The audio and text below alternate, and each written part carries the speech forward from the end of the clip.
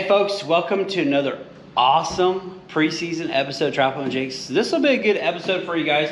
You'll be able to see what I'm working on. Of course, I'm working on my peat moss. I'm gonna show you guys also some sets that you guys can construct this time of year for your winter season. So you definitely want to check that out. This will be a good video for you guys if you got a full-time job and you're looking for ways to be able to create sets during the winter season. That way it's really easy for you to check traps before work or before school. I'm going to show you guys a couple things that you guys could do pre-season that should definitely help you guys out with that. So I'm glad you guys are here, and here we go. Okay guys, so I end up having one bale left. I'll probably keep that bale for the winter months. I think February, March will probably be my last bale. So I ended up doing, this is my 7th bale here on the floor. I've got my 6 right here ready to go. I'm basically running out of storage containers for my peat moss, but I will keep that back in my garage that is climate controlled. That way I won't have the moisture buildup inside these containers for when I get ready to use it in the winter months. So it's kind of something that I kind of try to do. I'll store it in a nice dry place that's controlled. One thing I do say, I need to do a disclaimer here real quick. You can see the peat moss. I do like my peat moss dry as a bone. I sift that out. I'll show you guys a little bit. But you can see how bad the soot is on that freezer. It goes literally everywhere. I cleaned that off the other day, but just something to keep in mind. It was a kind of disclaimer on my side. I felt bad. I don't tell you guys about the peat moss soot, but it gets really bad in here. So I have an air compressor. I'll use that. It'll kind of help blow off some of that when I get done. Still working on like dry dirt and stuff right now, so I still need to fill at least 3 more containers of dry dirt, and then I'll start waxing dirt here too. And once I get that done, then I can start working on my traps. But that's kind of the process. That's what I'm working on right now. I'm a little bit behind, but I wanted to share that with you guys real quick. The peat moss soot, I just kind of forgot about that. Other than that, let's go out in the field and I'll show you guys some tricks. Okay guys, I do apologize if the wind is bad. I'm sorry. I've got some equipment coming that should hopefully help that this year. I took you guys to a set location. This is my house. This is where I live at. If you guys want to create a line that's really close, or an area that you can get to that's pretty quick, I'm going to show you guys some set making opportunities that'll help you out during that winter portion. If you just have half an hour at the most to run a trap line, you could run half a dozen sets really easy that are close by. I happen to have a 13-year-old son. I think he could run these traps before school. It would give him something to do. But I want to share with you guys some set making opportunities. Okay, so we've got this field here. You know, this is a good field for them to, you know, for voles. You've got your crop change right here. The farmer left me this bale of hay. I asked him, I said, are you gonna rake that? He says, no. I said, you think I can have that? He said, yeah, sure. So I have a full bale of hay that he did not wrap properly. So I'm gonna take half of this here, but I'm gonna leave this half here. We're gonna make a set off of this corner point. Why do I bring that up? You stop and think about this bale of hay. You see how green this pasture is? This bale of hay sticks out. I know that you can see the crop change here where the mower doesn't cut. I mean, there's a feeding opportunity right here. You've got a nice buffer strip. Those coyotes are gonna be running this. It's kind of natural. With these hay bales that are out here out in the open, it creates eye appeal. They don't have anything else to do but hunt this. If he's passing through, he's gonna want to come and check that out. Really good, effective way to drawing their attention, and that's what we're gonna do here. We're gonna create some hay bale type sets, something that's really easy for you guys to check. I'm gonna incorporate those on pieces on this ground that in the winter months, when I want to, I can run those. It's gonna be really easy and quick. That's the whole thing. So I would make a set off this corner piece, and I already been kind of goofing with it. Just right here off this little piece right there. Mice use those. But we're gonna stretch these out a little bit.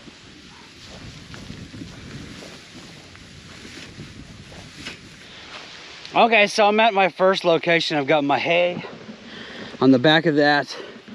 I did shoot a coyote this morning. Nice pup. Pretty good little shot. I shot him over here on this corner point. Anytime you have like these cottonwood pieces that come over and you have that brush, they'll hump these. So you have a set location right there if you want to catch. But I noticed, I was going to work this morning and I noticed he was out here voling, and I can't let coyotes get that close to the house. I've got pets, so I think the pups are starting to disperse. This is a pup. He was lone all by himself, and that's the last time he'll be voling here really close. But just kind of, I know I sidetracked a little bit there, but so like you have this little piece right here, and he come over here, there's thin grass. He's wanting to hunt this, which was what he was actually doing. He came out on the other side and I shot him. But something to kind of keep in mind, you see how this kind of just narrows down here on the end. When they hunt this, they come down to the end. I'm gonna set one right here. That's where I'm gonna put the hay right here, to where they're naturally just kind of flowing through here anyways. And it'll give them some nice cover to kind of hide from you know, the road if somebody decides they want to, you know. But another set location, really easy, really quick to do. Show you what that looks like when I get done. Okay, so there you go, you have it right here on the end. I usually kind of like to make them in a point, but you can make two sets. You can make a set here if you want. You can make a set here, and it's just this natural pinch point where they're kind of coming through. The hay doesn't stick out quite so much because of the shadow, but with this green field the way that is, if he's already hunting this, you know, mice are always attracted to these, so it's a no-brainer. Let's go make another one. Okay, this is where it gets a little bit tricky. Now, I will disclaim this for a second. When you put those hay bales out, that'll kill the grass, so make sure that you're on ground where they don't mind that. Because I'm killing, you know, a five foot circle, if that makes sense. I happen to know this landowner. He's a really great guy.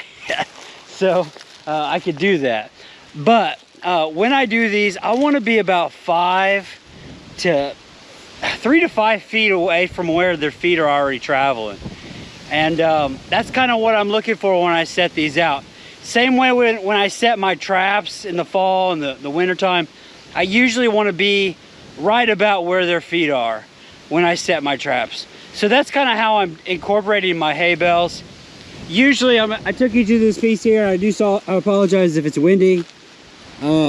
Usually when they run this, their feet are right here, 10 to 15 feet out. There's a really good cable restraint opportunity. It's right here. Any time where they can't cut that grass, yeah, you'll catch right there. So I look at it like I think everything's cutting right here. And I've got this nice long system here too. So I've got really 2 or 3 really good travel ways right now as it is. This is probably gonna be my better spot for my hay. But I usually like to bring it up a little more to where it has better eye appeal. So typically I would set it off right here, because he doesn't have anything to do but to hunt this. But I would set it right about here, put your trap right there. But since there's a road up here, I'm gonna hide it down in this corner.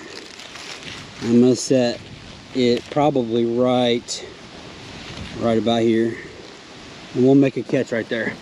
There you go, that's kind of the plan. So I get 2 lanes of traffic.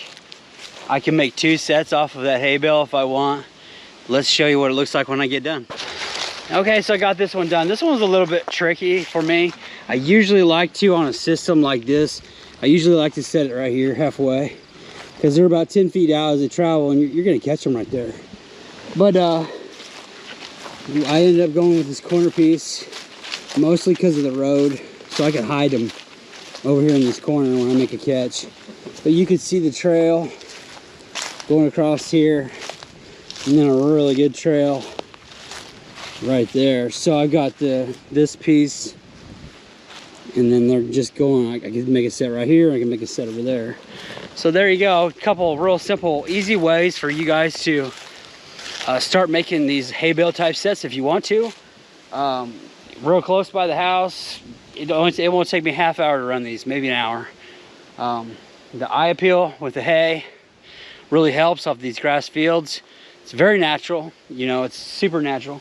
If you need to get hay, like I said, I was pretty well gifted by my farmer, but a lot of times where the farmers will stack hay, they'll always have one that they break. If you ask your farmer, sometimes they'll give you a hay bale. Just ask them. It's just kind of sitting around anyways. Those are just opportunities for you guys to make sets during the preseason when you're just sitting around and you're looking for something to do. And now you're just already starting to set out your line, and it gives you something to do. It works really well, and I hope you guys like that little tip. Okay, one thing that I want to explain to you guys why we kind of did that, and I hope you guys will really appreciate grasping this concept. I think that one thing to understand is not only when your coyotes are kind of moving and they're traveling, they're hunting and they're thinking, and little stuff you think about that along the way. When they see that that brush pile that I showed you guys when I caught my coyote, or I shot my coyote this morning, I knew that he was hunting that brush. Little things like that you kind of pick up along the way. When you see those hay bales that are sitting out, I've just created an attractor for them to want to naturally hunt that. It's a natural magnet for them. It's basically like you're going to the refrigerator, you're looking for something to eat, and now I've captured their attention when I have my bait and lure and my set there. It's a no-brainer, guys. So, you know, little things like that you pick up along the way, and I'm happy to share those with you guys, and I hope you guys can, you know, appreciate that, because a lot of guys could say, hey, why don't you just make a set there in that corner, and I will, but I'm looking for that eye appeal, which is what those hay bales are intended for. Is it's pretty effective. So hope you guys do appreciate that. Well, hope you guys kind of like that. It might give you something at least to kind of think about until season kind of gets going. Usually the preseason I like to scout, and that's kind of how she goes. That's kind of what I'm taking off of. That's why I sifted. I don't like this stuff right here in my bed. Yeah, this will take me